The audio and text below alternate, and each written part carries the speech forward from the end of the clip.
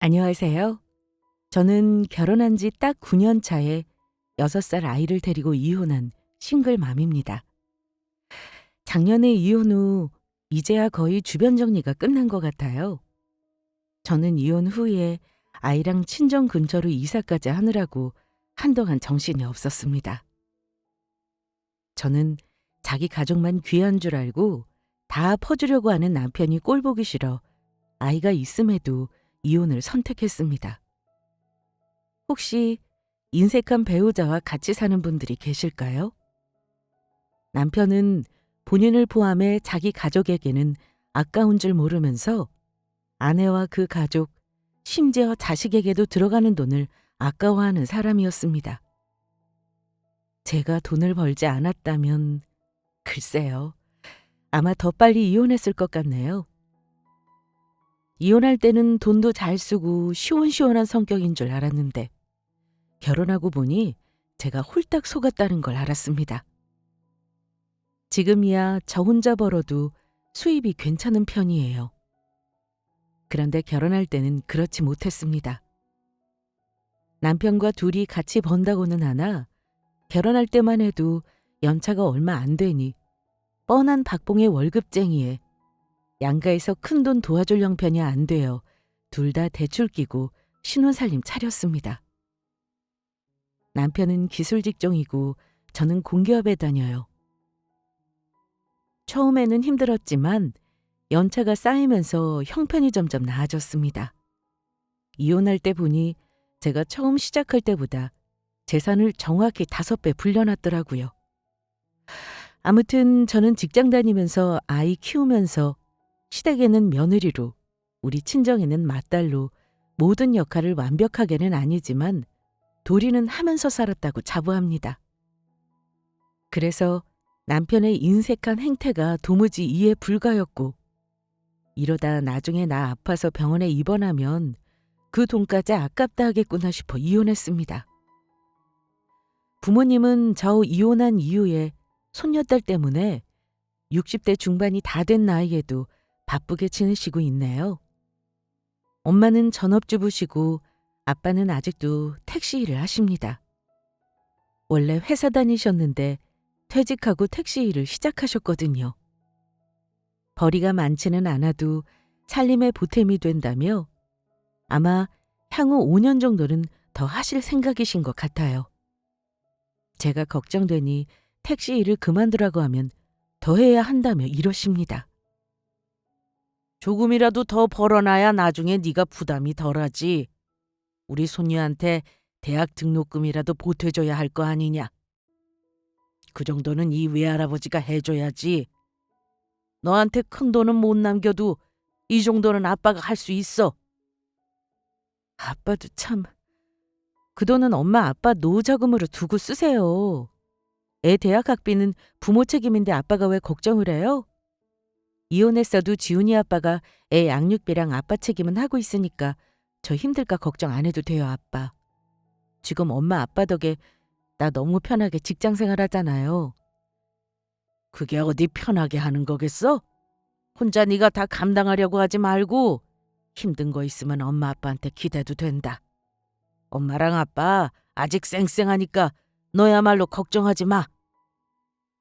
아마 부모님이 저 속상할까 봐 이혼하고 나서 두 분이서만 속상해하셨던 것 같습니다. 제 앞에서는 사위는 못돼 먹었다고 같이 얼마나 욕을 해주셨는지 몰라요. 아무튼 우리 부모님은 자식한테 큰 도움은 못 주시지만 부모로서 최선을 다하고 사신 분들입니다. 저 대학 공부 다 시켜주셨고 취직했을 때 제가 월급 갖다 드리면 시집갈 돈 모으라고 마다하셨어요. 저는 부모라고 해서 자식 결혼할 때 큰돈 보태는 게 당연하다고 생각하지 않습니다. 키워주시고 공부 다 시켜주셨고 이런저런 뒷바라지 다 해주셨는데 부모님 노후자금까지 뽑아 결혼할 생각도 없었고요. 그래서 악착같이 어릴 때부터 돈을 모으기도 했습니다. 우리 힘으로 결혼했다지만 우리 부모님이 아예 아무것도 안 해준 것도 아니에요. 집 얻었으니 아내 도배장판 해주셨고 부모님 여력 되는 한 많이 도와주셨습니다. 하지만 시댁에 제가 알기로 도움받은 건 없어요. 심지어 남편 지인들 통해 들어온 축의금도 이건 그동안 부모가 뿌린 돈 회수하는 거라면서 가져가셨으니까 말 다 했죠. 결혼할 때 한 가지 마음 상했던 일이 기억나기도 합니다. 그때는 예비 시댁이었죠. 시댁에는 시어머니도 있지만 저보다 4살 어린 시누이가 하나 있는데 시집갈 당시 철모르는 어린 아가씨였습니다. 시아버지는 안 그러시는데 그 2사람이 저를 결혼 전부터 별로 마음에 안 들어한 것 같습니다. 결혼날 다 받아놓은 시점이었는데 저에게 이런 말을 하더군요. 어느 집은 큰딸이 살림 미천이라고 한다지만 우리 집은 아들이 그래. 너도 들어서 알지? 우리 아들이 취직해서 이 아파트도 청약받아 들어온 거고 차도 우리 아들이 샀다. 우리는 바깥 양반이 해야 할 가장 노릇을 우리 아들이 했어. 나한테 정말 기둥 같은 아들이야. 네, 알고 있어요, 어머니. 결혼하면 저도 잘하겠습니다. 네가 잘한다고 어디 조건 좋은 혼처랑 같을 수가 있겠어? 아유, 혼처도 내가 욕심이 참 많았는데 이렇게 지가 마음대로 여자를 데려올 줄은 몰랐다. 어쩌겠니? 결혼도 지가 좋아서 하는 거니 말려도 말을 안 듣는 걸. 언니, 우리 오빠 정도 되는 사람이 언니랑 결혼하는 거 진짜 하향 지원인 거 알죠? 원래 나도 돈 많은 새언니 오면 덕 좀 볼까 했다고요. 손자리 다 마다하고 왜 언니랑 결혼하는 건지 좀 의외네요. 언니 혹시 우리가 모르는 뭐 치명적인 매력이라도 있는 거예요? 예? 그런 말이 어디 있어요, 아가씨. 결혼은 서로 좋아서 하는 건데요. 올케 언니 될 사람에게 자기 오빠가 하향 지원했다니요. 참 무례한 사람들인데 그때는 제가 착해 빠져서 그냥 농담같이 듣고 넘겼습니다.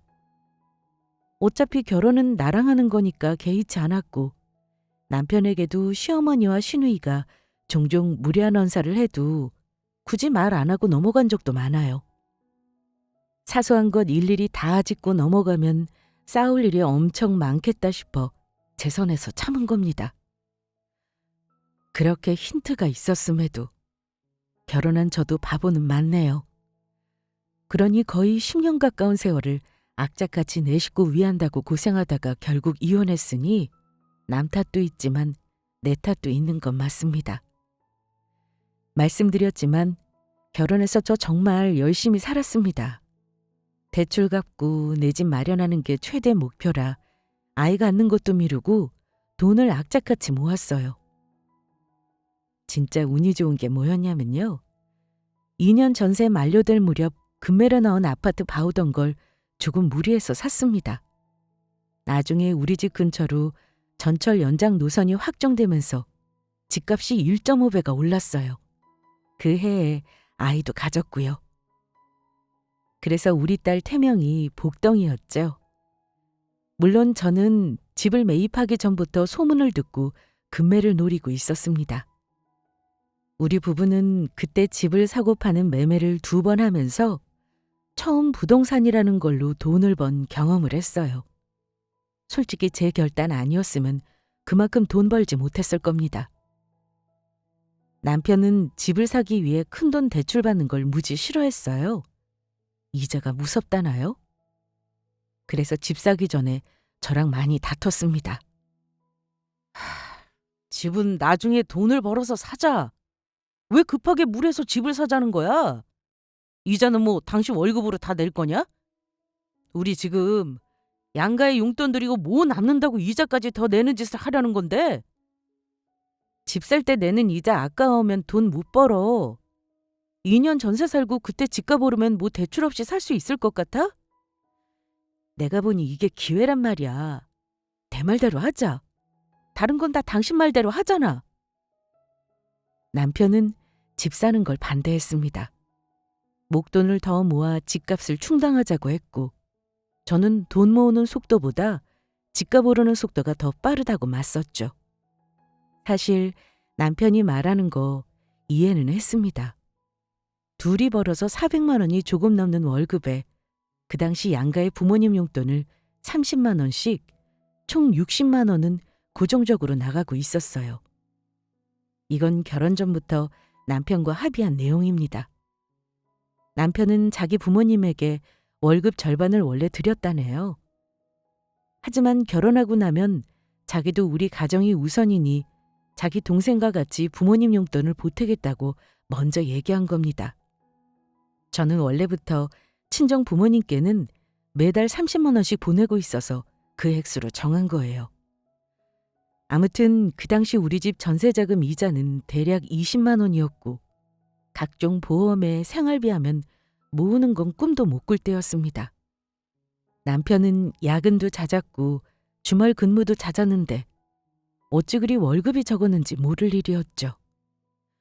저에게 생활비 줄 때마다 아껴 쓰라는 말을 입에 달고 살았죠. 그러니 이자가 아주 큰 부담이었을 겁니다. 하지만 허리띠 졸라매고 2년 살다가 집값이 1억 이상 오르면 그게 더 돈 버는 거잖아요. 남편이 싫어했지만 제가 바득바득 우겨서 집을 샀던 건데요. 결과는 짐작하시듯 저의 예상이 맞았습니다. 집값 오른 거 보고 남편은 찍소리 못하더라고요. 그때 알았습니다. 우리 남편이 돈 버는 머리와 재주는 저보다 없다는 걸요. 그래서 돈 관리는 제가 전담해서 해오고 있었죠. 저도 허튼 돈 쓰는 사람 아니고 저력이 몸에 밴 사람인데요. 남편은 저보다 더 합니다. 하지만 사람이 모든 돈을 아끼며 살 수는 없잖아요. 돈을 쓸 때는 쓸 줄 알아야 돈을 잘 쓰는 사람인데 남편은 그런 면에서는 빵점이었어요.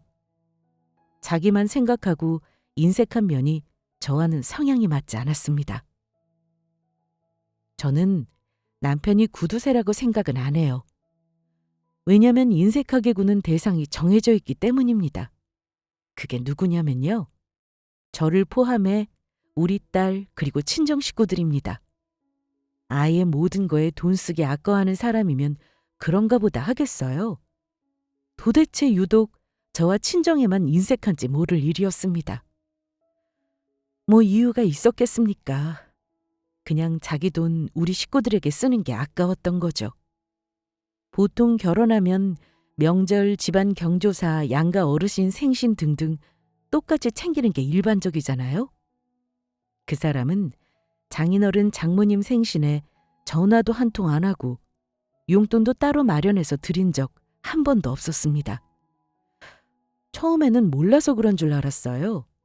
내가 자기 부모에게 하는 거 보면 알겠지 하고 저는 시부모님께 전화도 드리고 매달 용돈을 드리더라도 어버이날이든 생신이 되면 따로 봉투에 정성껏 챙겨드렸습니다. 그걸 보면서도 우리 부모님에게는 안 해요. 좋은 마음으로 저도 시댁에 잘한 건데 남편이 당연하게 생각하는 거 보니까 저도 부화가 나더라고요. 친정이 가까운 거리도 아니라서 고작해야 1년에 6번 내외로 찾아가는데도 자기네 집은 한 달에 몇 번씩 온갖 거 싸들고 가면서 빈손으로 딸랑딸랑 가서 사위 대접만 받고 오는 남편이 너무 얄미웠습니다. 그래서 참다 한마디 했어요. 당신은 처가 가면서 어떻게 빈손으로 가? 당신 집은 매주 가면서 바리바리 싸들고 어머니랑 마트 가서 장도 봐주면서 인간적으로 그러지 말자. 우리 부모님이 당신 오면 사이 왔다고 온갖 음식 해놓고 기다리는 거 보면서도 그래? 그럼 주스라도 사가면 되지. 처가 가면서 뭘 얼마나 대단하게 사가야 하는 건데? 매달 용돈도 드리잖아. 난 그거면 사위 노릇은 했다고 생각해. 오죽하면 제가 미리 봉투를 마련해서 남편에게 쥐어주고 우리 부모님들이라고 한 적도 있습니다. 여기서 다 말씀드리지는 못하지만 말씀드렸다시피 남편이 인색하게 군다고 해서 똑같이 그 집 식구들에게 굴지 않았습니다. 저는 해야 할 도리는 다 했어요. 명절에 며느리 노릇이야 다 아실 테고요. 부모님 생신 어버이날은 당연한 거고 자주 찾아뵙는데도 오라가라 하실 때마다 일 다니면서도 다 맞춰드렸습니다. 저는 제 할도리를 하는데 남편은 절대 우리 부모님께 전화 한 통, 안부의 말 한마디를 안 해요. 한마디로 인정머리였고 야박합니다.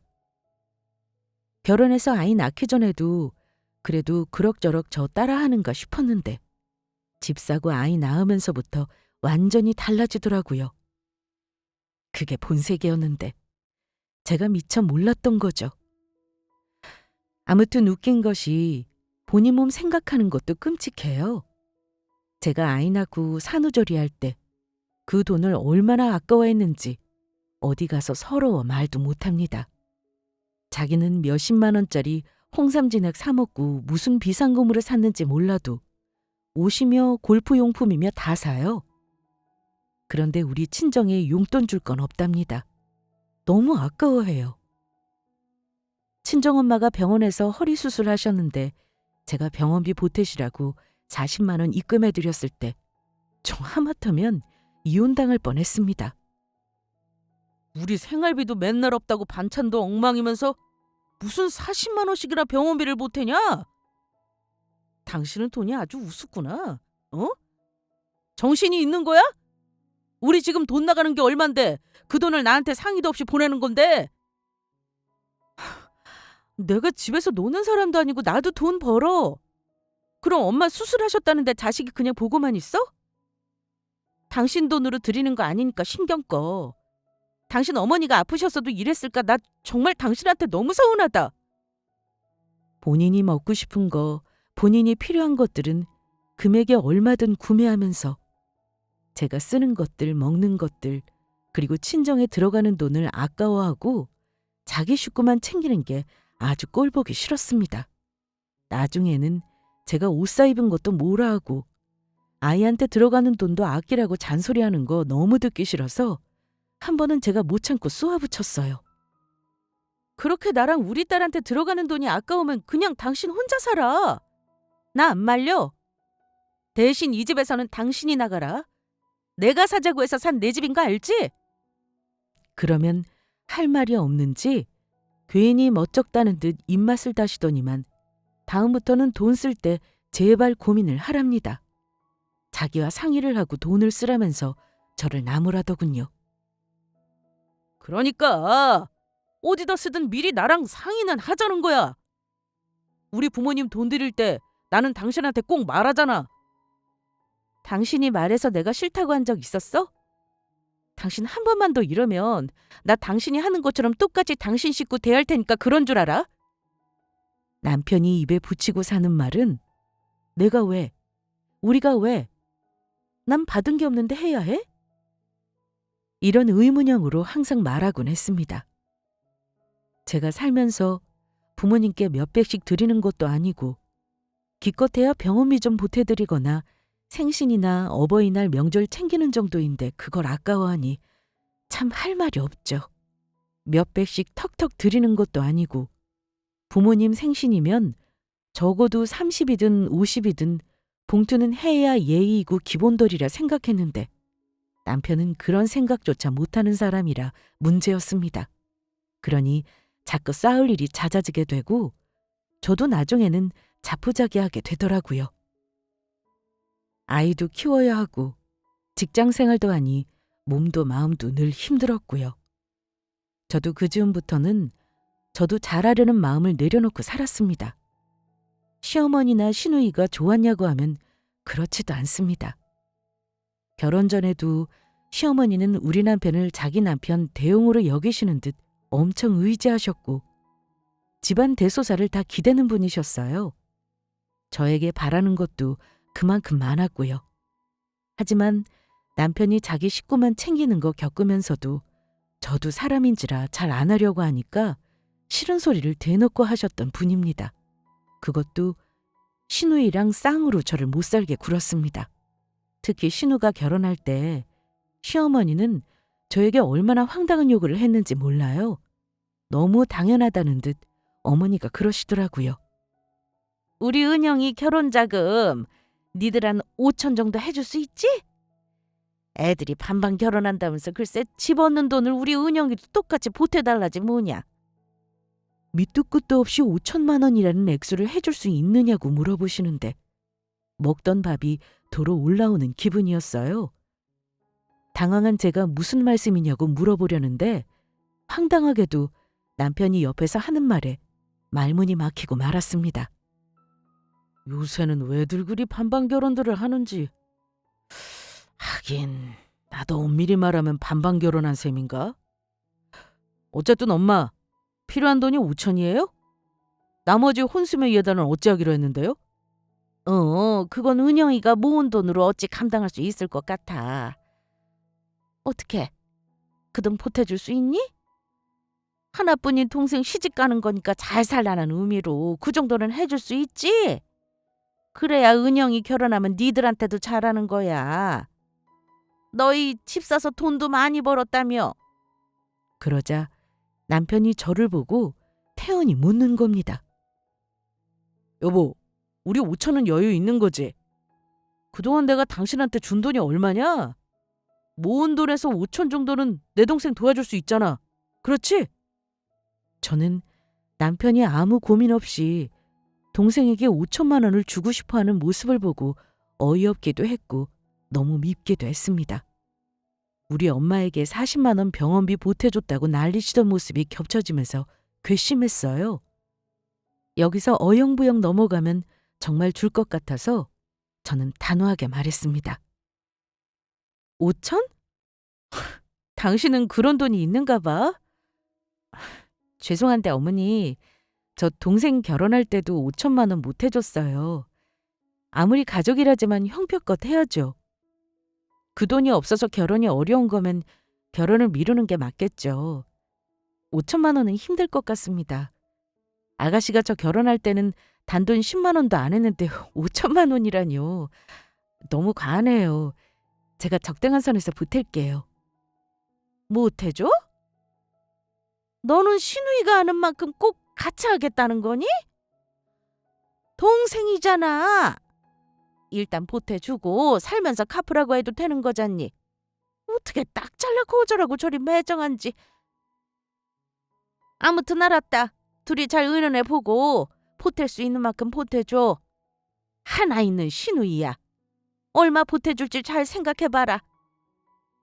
그런데 남편은 제가 딱 잘라 안 된다고 했던 것이 자기 엄마에게 그렇게나 미안했나 봅니다. 집에 와서 저를 아주 쥐잡듯이 추궁하며 통장 까봐라. 그 돈이 진짜 없나 봐야겠다. 아주 난리를 치더라고요. 자기가 이제껏 준 돈 다 어디 가고 돈 5천만 원도 못 보태냐고 난리를 치길래 그 자리에서 바로 내 통장 까서 보여줬습니다. 풍차 돌리기 하는 정기예금 총 4개가 1억 정도 되는 돈이었는데 중간에 해지하면 손해인 예금이었어요. 제가 따로 드는 적금까지는 안 보여줬지만 매달 나가는 생활비도 보여줬어요. 남편 놈이 꼴랑 200도 안 되는 돈 보내면서 그동안 모은 돈이 왜 없냐고 묻는 게 참 어이가 없었습니다. 제가 결혼 9년 동안 주식도 하고 펀드 넣어서 돈 굴리고 집 대출금 내면서도 수익 내는 거 보고도 저런 말이 나오나 싶었죠. 제가 확인시켜줬더니만 자기도 할 말이 없는지 가만히 있더라고요. 난 내 피 같은 돈으로 당신 동생 5천만 원 못 해줘. 당신이 돈 있으면 그걸로 해주든지 말든지. 내 동생 결혼할 때 당신이 한 말 기억 안 나? 돈 100만 원 해주면 충분하다며.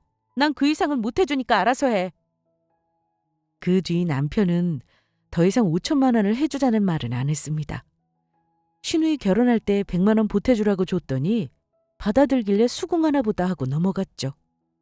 그런데 제가 남편에게 아주 깜빡 속았다는 사실을 안 사건이 생겼습니다. 결혼해서부터 지금껏 나를 우습게 알고 농락했구나 하는 걸 알게 된 사건이었고 저는 진지하게 이혼도 고민했었습니다. 남편은 몰랐을 겁니다. 제가 그때부터 남편에게 미움을 품고 살았고 벼르고 있었다는 걸요. 그때는 이혼이라는 단어가 너무 크게 다가와서 아직 어린 우리 아이를 생각해 마음을 다잡고 아이 때문에 마음을 다잡고 주저앉았죠.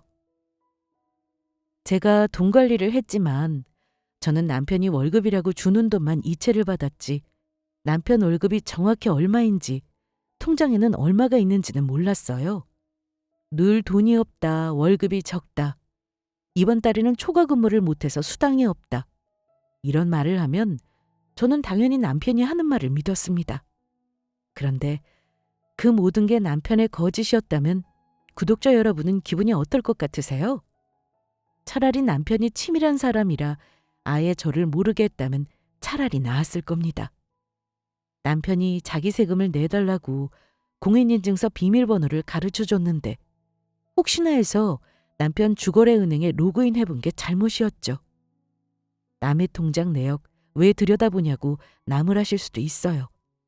하지만 말씀드렸다시피 저는 남편이 정확히 얼마를 버는지, 왜 저에게 200만 원 안 되는 생활비를 주면서 맨날 돈이 없다고 하는지 궁금했어요. 매번 남편에게 월급을 알려달라고 하면 싸움이 되니까 물어보기도 싫었고요. 가벼운 마음으로 은행에 로그인한 저는 남편 통장 거래 내역을 보며 뜻밖의 사실들을 눈으로 확인하고 나서 배신감에 휩싸였습니다. 남편은 저에게 결혼해서 지금까지 거짓말을 하고 있었더라고요. 월급 액수부터 달랐습니다. 저는 제가 그동안 모은 돈과 저의 월급을 모두 투명하게 알려줬는데 남편은 저보다 상여금도 많았고 월급도 많았어요. 매번 저에게 자기 받는 돈의 3분의 1만 주면서 돈이 없다고 했더라고요. 더 황당한 사실은 뭔 줄 아세요? 결혼 초부터 양가에 주기로 한 부모님 용돈은 30만 원이었습니다. 하지만 남편은 매달 자기 엄마에게 따로 150만 원씩 꼬박꼬박 이체를 해왔더라고요. 그러니 맨날 돈 없다고 울상을 짓고 저에게 생활비 주면서 아까워하고 난리를 친 거였죠. 그거 보고 나니 알겠더군요. 근데 더한 사실이 있었습니다. 최근 1년간 매달 찍혀있는 대출이자 상환금. 대체 뭔가 싶었습니다. 이 사람이 나 몰래 대출을 받다니요. 부부가 아무리 별산제라고는 하나 공동경제인데 대출을 받으면서 저에게 말을 안 했다는 건 이혼 사유도 될 수 있는 겁니다. 대출 정체를 밝히기 위해 거슬러 올라가면서 느낌이 딱 왔습니다. 남편은 5천만 원 대출을 받아 신우에게 이체해 줬더라고요. 신우이 결혼할 때 돈 때문에 옥신각신했는데 아마 남편은 제가 완고한 모습을 보이자 대출까지 받아서 자기 동생 결혼 비용을 보탰던 것 같았습니다. 정말 대단한 남매 간의 우애죠? 아니, 이 집안은 이렇게 나를 빼고 똘똘 뭉쳐 돌아가는구나 했습니다.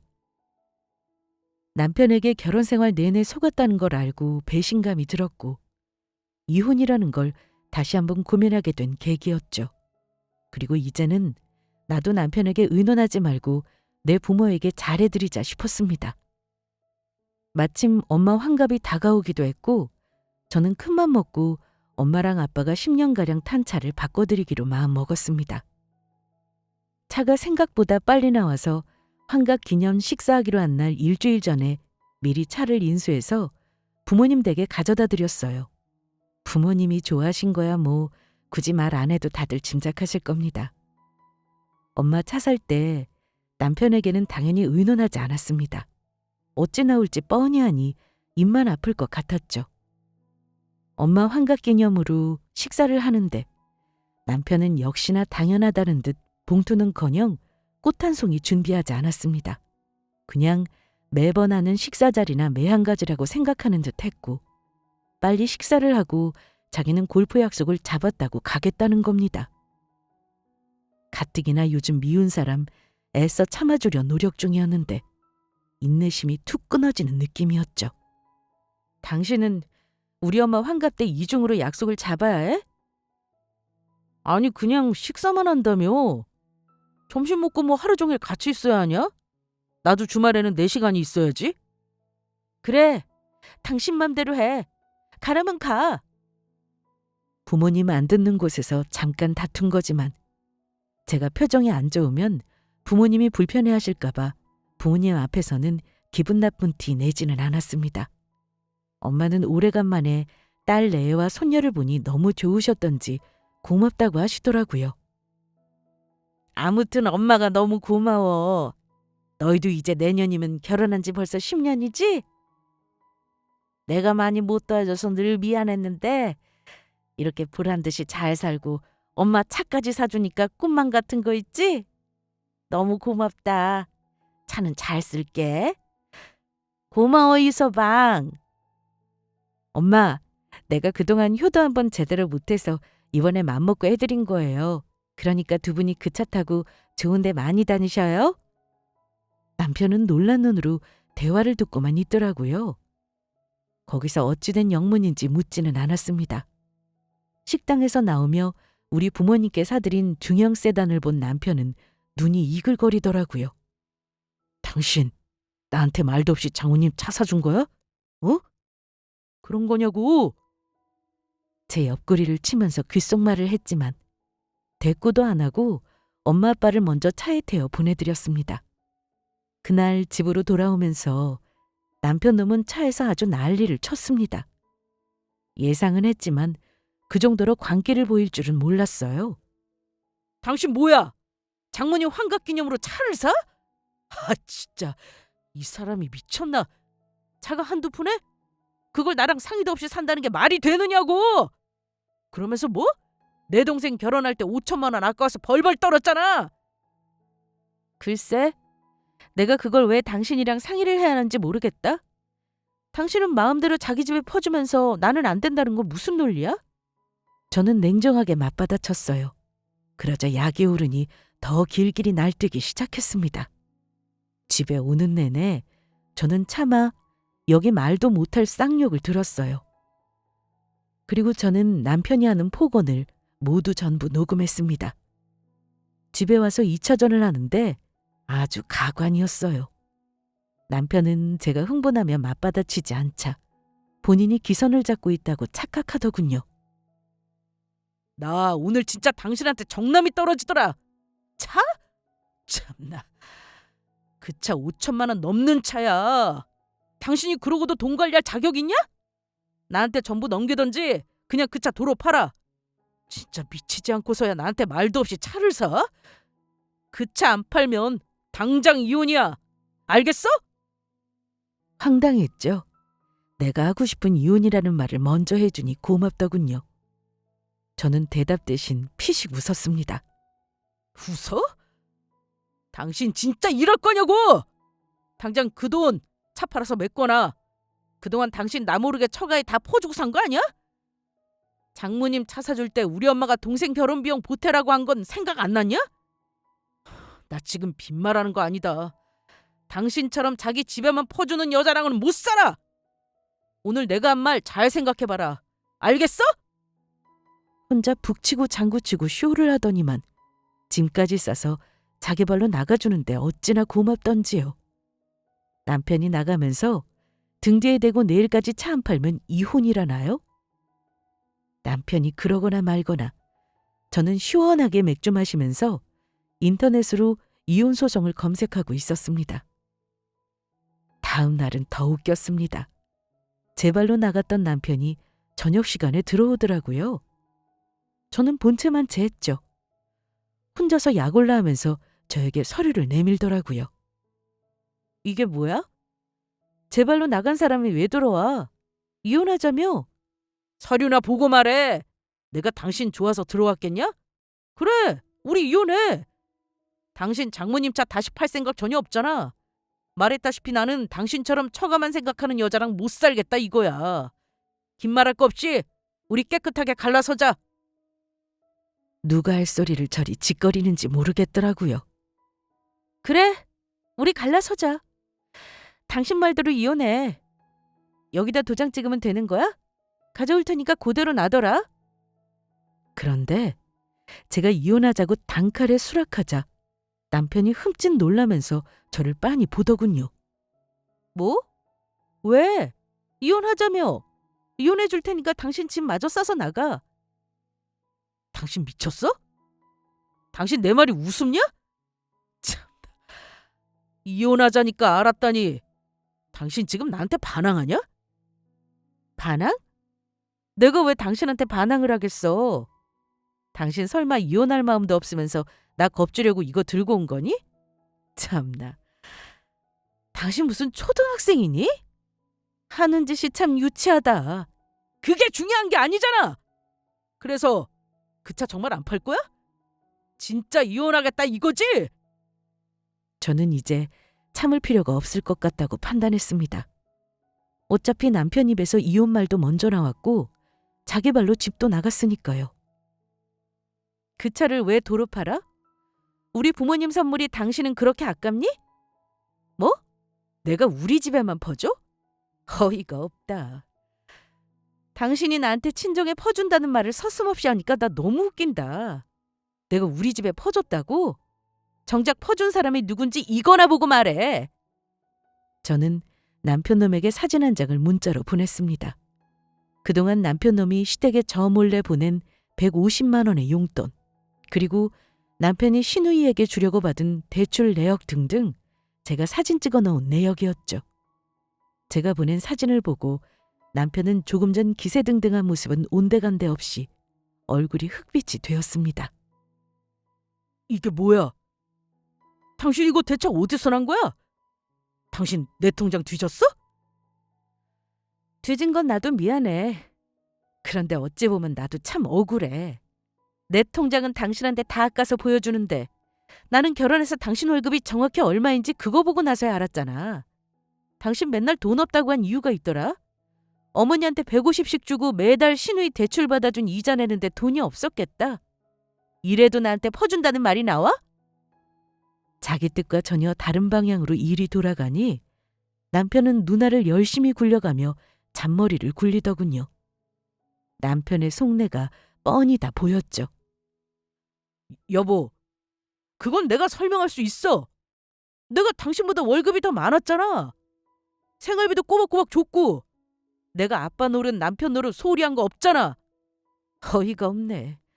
나는 뭐 소홀히 했어? 당신 집에 며느리 도리는 내가 더 잘했어. 당신은 그동안 우리 친정에 마음 한 번 진심으로 써준 적 없는 사람이야. 그건 본인이 가슴에 손을 얹고 생각하면 알 텐데. 이제 알았지? 당신이야말로 나한테 이혼당해도 싼 사람이야.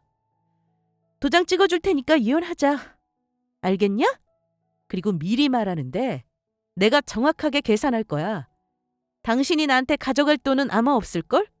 그동안 당신이 거짓말하고 당신 집에 갖다 바친 돈은 우리 분할 재산에서 전부 상계 처리할 테니 알아둬. 친정에 다 퍼주는 저랑 이혼하겠다는 사람이니 제 논리에 반박을 못하더라고요. 안 되겠다 싶었는지 바로 꼬리를 내리고는 저에게 대뜸 하는 말이요.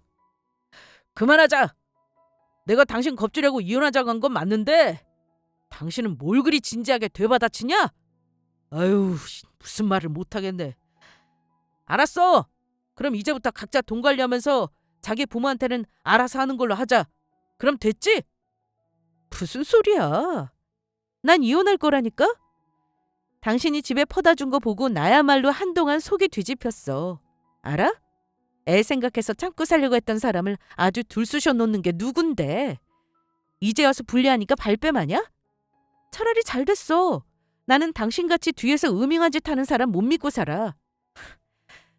이혼해서 당신 소중한 엄마랑 동생 잘 챙기면서 살아. 저는 남편처럼 겁주려는 의도로 이혼하자는 게 아니었습니다. 남편 역시 제가 진지하다는 걸 눈치채고는 그때부터는 저에게 잘못했다고 싹싹 빌더라고요. 여보, 우리 집값도 올랐고 돈도 열심히 모으고 있다며. 내가 그동안 당신 모르게 우리 집 챙긴 건 진짜 미안해. 일단 그건 내가 사과할게. 그래도 내가 가져다주는 돈이 있으니까 우리가 이만큼 사는 거잖아. 이혼은 말도 안 된다. 우리 지훈이 생각은 안 해? 지훈이 생각하니까 더 이혼해야겠다 싶네. 똑바로 알아도 당신이 주는 돈은 당신 먹고 사는 의식주 비용 해결한 거니까 내가 내 돈으로 악착같이 모은 돈은 나눌 생각하지 마라. 아, 당신도 살 곳은 있어야 하니까 결혼할 때 당신이 보탠 돈은 줄게. 그거 받고 어디 월세방이나 얻도록 해. 서슬퍼런 제 모습에 남편은 완전히 기가 죽었습니다. 자기가 갑인 줄 착각하더니 이제는 완전 을이었죠. 여보, 지훈 엄마, 이거 왜 이래? 이혼이 뭐 말처럼 쉬워? 내가 도장 안 찍으면 그만이야. 내가 바람을 피웠어. 아님 당신을 때리기를 했어. 그냥 이것도 맞춰가는 과정이지. 이제 서로 각자 챙기자고 하잖아. 난 이혼 못해. 내가 미쳤다고 이혼하냐? 당신이 도장 안 찍는다고 이혼 못할 줄 알아? 도장 안 찍어도 돼. 내가 소송하면 되니까. 당신 나한테 우리 집 돈 퍼줬다고 그동안 난리치고 포건한 증거 전부 있거든. 조만간 소장 보낼 테니까 어디 한번 잘 대응해봐. 짐가방 챙겨서 나가. 당신이 스스로 나간 거니까 할 말 없으리라 믿어. 남편은 이혼 못하겠다고 저에게 매달렸습니다. 하지만 이미 저는 남편의 배신을 눈으로 확인했을 때부터 이혼은 염두에 두고 있었어요. 그래서 남편 입에서 먼저 이혼이라는 말 나왔을 때 솔직히 속으로 얼마나 쾌재를 불렀는지 몰라요. 아무튼 결론부터 말씀드리자면요. 남편은 그날 집에서 쫓겨났습니다. 남편은 처음에는 싹싹 빌더니만 저의 태도가 변하지 않자 이혼 못한다고 으름장을 놓기도 했습니다. 시가 식구들이 번갈아가며 전화해서 저를 못된 년이라고 하더라고요. 자식도 생각 안 하는 이기적인 엄마래요. 그동안 제가 아무리 도리를 했어도 돌아오는 건 결국 저런 말이었네요. 그 세월 동안 제가 공연한 헛짓거리를 했구나 싶어 헛웃음만 나왔습니다.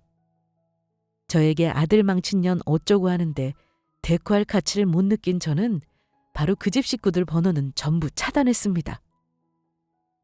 끝까지 도장 안 찍겠다니 어쩔 수 없었죠. 깔끔하게 자기 돈 챙겨서 갈라서려고 했지만 소송으로 할 수밖에 없겠다 싶었습니다. 제가 성질은 급하지는 않지만 추진력은 좋은 편이라 이혼 결심하고 나서 변호사 상담부터 소장 작성과 접수까지 정말 빠르게 밀어붙였어요. 남편과 재산 분할도 정확히 하고 싶어서 기여도 계산 역시 결혼 시점부터 1,000원 단위로 세밀하게 산정했습니다. 결과를 보니 어이없게도 남편이 참 저 몰래 돈을 많이도 갖다 바쳤더라고요. 그리고 저도 은근히 시댁에 돈을 많이 퍼줬길래 놀랐네요. 어쨌든 전부 산정했더니만 남편은 월세 보증금 얻을 정도의 돈은 건지게 되었습니다. 직장 생활하는 사람이고 돈도 저보다 많이 버니까 그 돈 주면서 미안한 마음은 없었습니다. 거의 10년 세월 저를 속인 거 감안하면 그 돈도 아까웠습니다. 소송하면서 남편이 저에게 싹싹 빌기도 했고 화를 내며 자기를 거지 만들어야 속이 시원하겠냐고 하기도 했어요.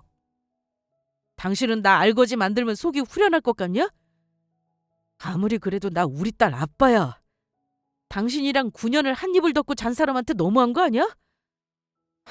그러지 말고 이혼할 테니까 정당하게 우리 돈 나눠. 그럼 더 이상 질척거리지 않을게. 당신 정신 차려라. 내가 나눈 거 아니고 법원에서 산정한 거야. 당신은 끝까지 모르는구나. 9년 동안 사람 바보 만들고 당신 집에 퍼주느라 우리 공동재산을 축낸 거 누군지 정말 모르겠어? 한 번만 더 돈 나누자는 소리하면 접근금지 명령받고 우리 딸도 못 만나게 할 줄 알아? 아빠 노릇하고 싶으면 더 이상 치졸하게 굴지 말고 꺼져.